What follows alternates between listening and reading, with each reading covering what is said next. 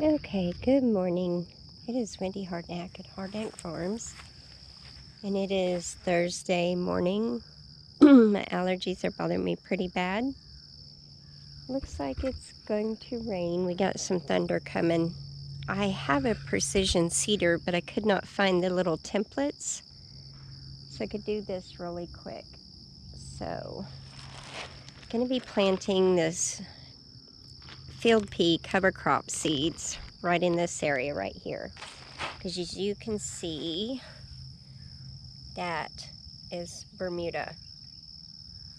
I'm going to tell you what, this whole area burned in the fire, and this Bermuda has just come back so thick. I mean, it is an invasive weed. It makes a beautiful yard, but it's an invasive weed. And it has a taproot, and it just keeps going and going, and it reseeds, and it just spreads, and it's just beautiful yard, but not a good thing for a gardener. So, I'm going to use this tool I got at a farm auction. I like these older tools. They may be a little janky and old, but they last so much better than the brand new stuff. So anyway, this whole area will be used next season. We'll put the rows in again and put the cattle panels back up and do melons. Probably some good melons again. Hopefully this field pea, ow, oh gosh, mosquitoes, and I forgot to spray that TerraShield on me. Anyway, I am going to get that planted, hopefully choke all this out, put some nitrogen in the soil. The rest of the farm is going to get raised beds. Yep, you can hear the thunder. The whole farm needs a major restoration. My ecosystem is just so damaged from the fire. You wouldn't think it would be, but it has just been a monster challenge since the fire.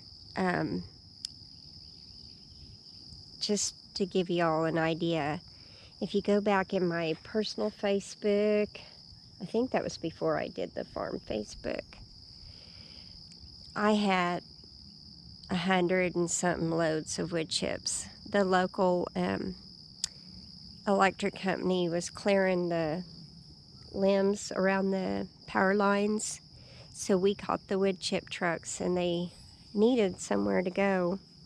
Of course, we have 10 acres, so no problem.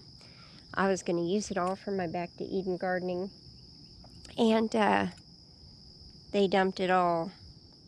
And just a few months later, that fire came and it burned those wood chips, and that ash rained down all over the farm, and it kind of neutralized the soil. And too much ash is not a good thing. A little bit of potash is really good. So you got to know your soil. It's so important about your soil. And before this, this whole entire fenced-in acre was nothing but cram full of food from the front to the back, even outside the garden. Everything was just flourishing. Then the fire came, and I cried. I lost a lot. I'm still trying to replace everything I lost. But the good thing that did come out of it is I made a lot of good seed friends, and new opportunities popped up. So God takes the bad and turns it to good. But the one bad thing is the ecosystem is messed up here. And I just cannot grow anything. I mean, nothing is growing but weeds in Bermuda, and lots of weeds and stuff I've never seen before. So look at the turkeys. Oh my goodness, they're so funny. They're my little garden buddies, but we never have a grasshopper plague, so that's the good thing. So anyway, before it starts raining, I've got a short window to get this done. And I was going to plant some green beans and some other stuff, but I don't think I'll have time now. But let me get started on trying to choke out this Bermuda and put some nitrogen back in the soil. This is a good cover crop that you can put in the ground and then you can leave it over the winter. So it'll just be a good thing. I have some other cover crops I'm going to use in different areas. This one I got from Hudson Valley Seed Library. Found them at the Heirloom Expo a few years ago. Really good company. They also do a lot of the roughwood seeds. The owner's super nice, really nice. And then I do a tremendous amount from Baker's Creek. I have for a long time. And what else? Once in a while, Seed Savers. A few other smaller companies for a few different items that I haven't seen at the other companies I like to trade from. So I am having trouble breathing. It's pretty hot and I have asthma and my voice is going.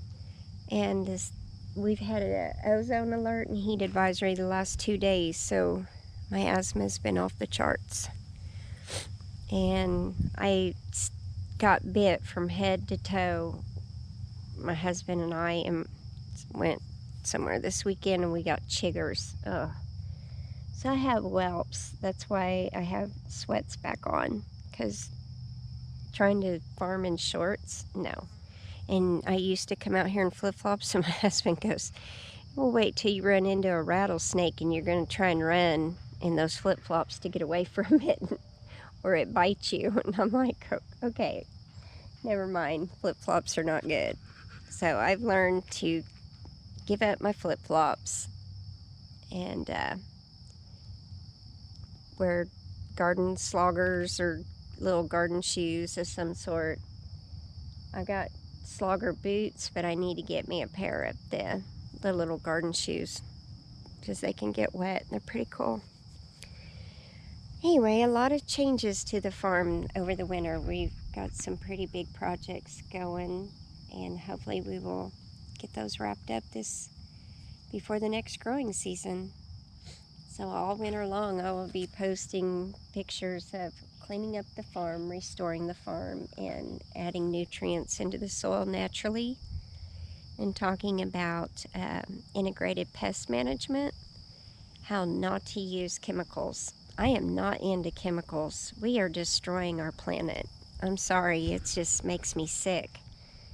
You know, I would like my grandchildren to be able to eat and live here, but we are destroying this planet at a rapid rate, and we're wiping out our pollinators, and it's just, we're getting into a global food crisis, and it's serious.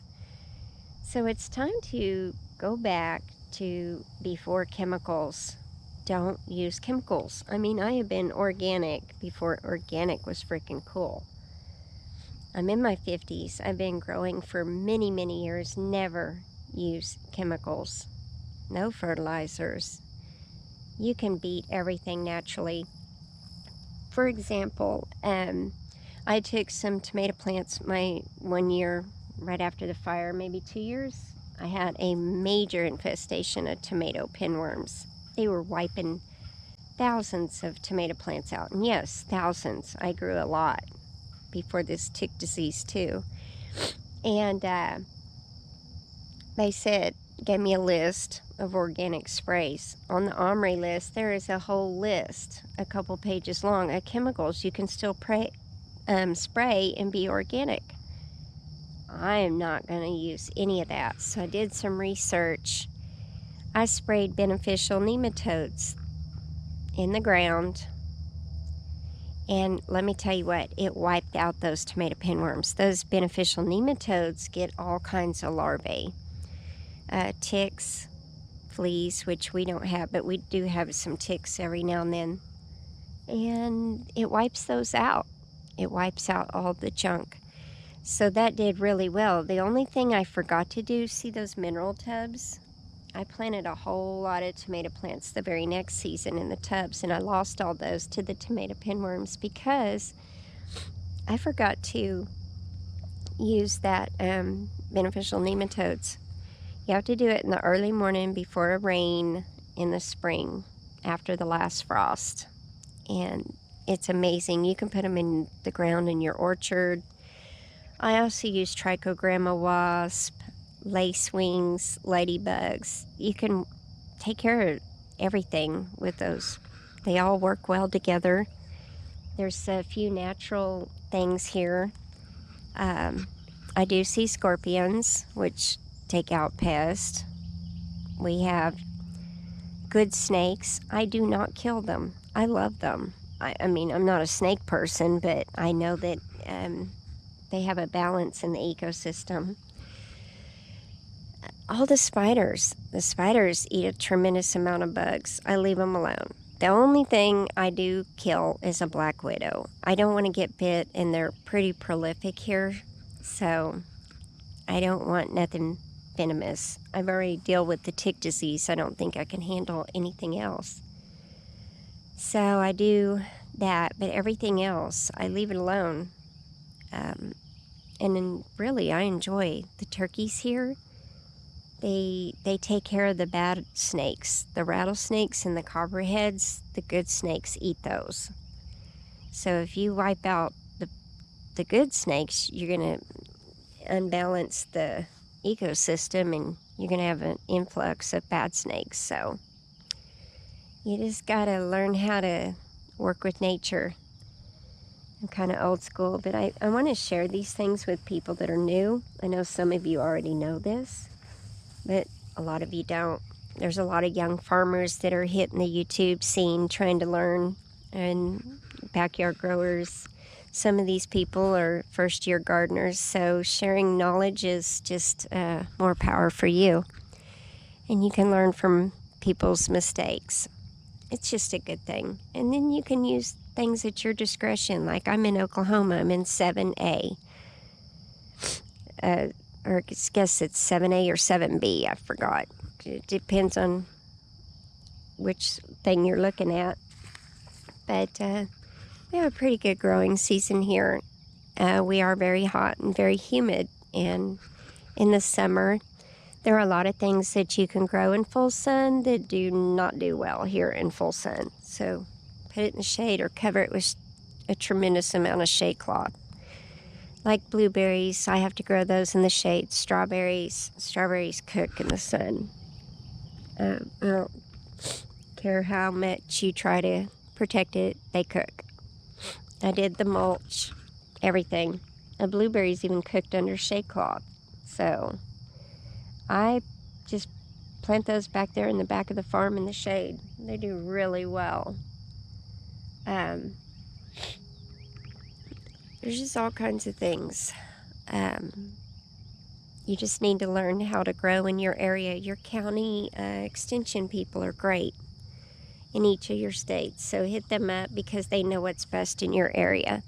There's certain varieties that grow really well in each area. So learn what's good and prolific in your area, because not all things grow. There's a lot of stuff I'd love to grow here. And Honeycrisp apple is one of them. I love Honeycrisp apples. They do not grow well here. So you got to learn what you can grow here. Anyway, I will wrap that up and get busy, and I will talk to y'all later.